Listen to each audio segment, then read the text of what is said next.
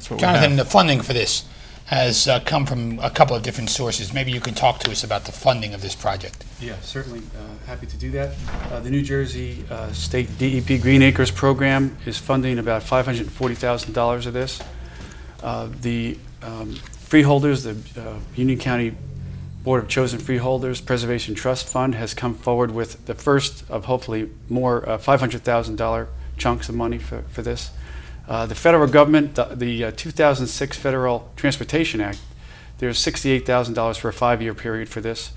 We also had applied for a National Recreational Trails grant for signage for $25,000. We also have the Port Authority of New York and New Jersey involved in this, and we're, of course, seeking more funding as time goes on. And Jonathan, the different phases of this project, is this all the first phase? Or this is the first phase. It's a short little phase.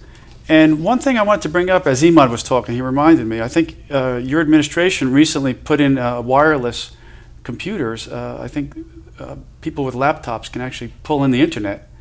And I believe that they'll be able to do that within this park. So people on their lunchtime breaks and coming the Wi-Fi program you're talking about. The Wi-Fi, right. Yeah. The high school is right over here. You have thousands, literally 5,000 kids over there. You've got Trinitas Hospital over here. There's a lot of potential for the use of this park, and there's a lot of potential for that, again, that Wi-Fi usage also. Well, in that building there's probably about 2,800 kids. But if you combine the 3 different buildings, in the Jefferson House, there's another 1,000, and in the Edison House, there's some more. So there's a lot of students around that could take advantage of that as well. And Jonathan, how was the location of this actual trail chosen? Was it chosen by the Olmsteds, or are we just embellishing on you know, trying to come up with our own way to do this? I don't think this was ever a trail by the Olmsteds. We just wanted to hook. Was it? No, correct. It wasn't. Yeah, we wanted to actually just link. The important part of the Olmsted view is intertwined trails. We wanted to link parts of the city, and without this first segment, you couldn't link the other one, which was already existing in Matano Park. So we wanted to bring this into. Is it the vision that at some point, Imad, we can be able to start there and walk through parklands all the way to the waterfront? Absolutely. And there's a project going on the north end as well through some of these portions by the The redevelopment project. Correct. That'll link up to Broad Street, and then we would begin with the trail. Again, it's supposed to be a thread that's woven through the city that people can relate to anytime, whether you're approaching it from the business district or from the neighborhoods.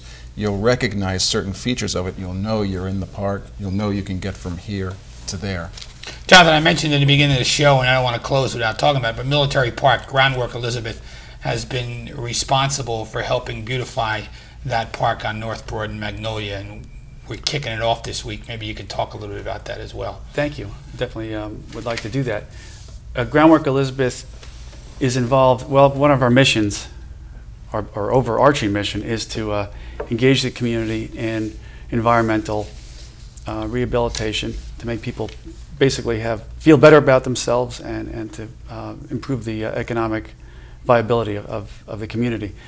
In that regard, in Military Square, which was a park we kind of refer to as Civil War Park because there's a Civil War statue on it, and I think it was originally dedicated in 1907, 1908.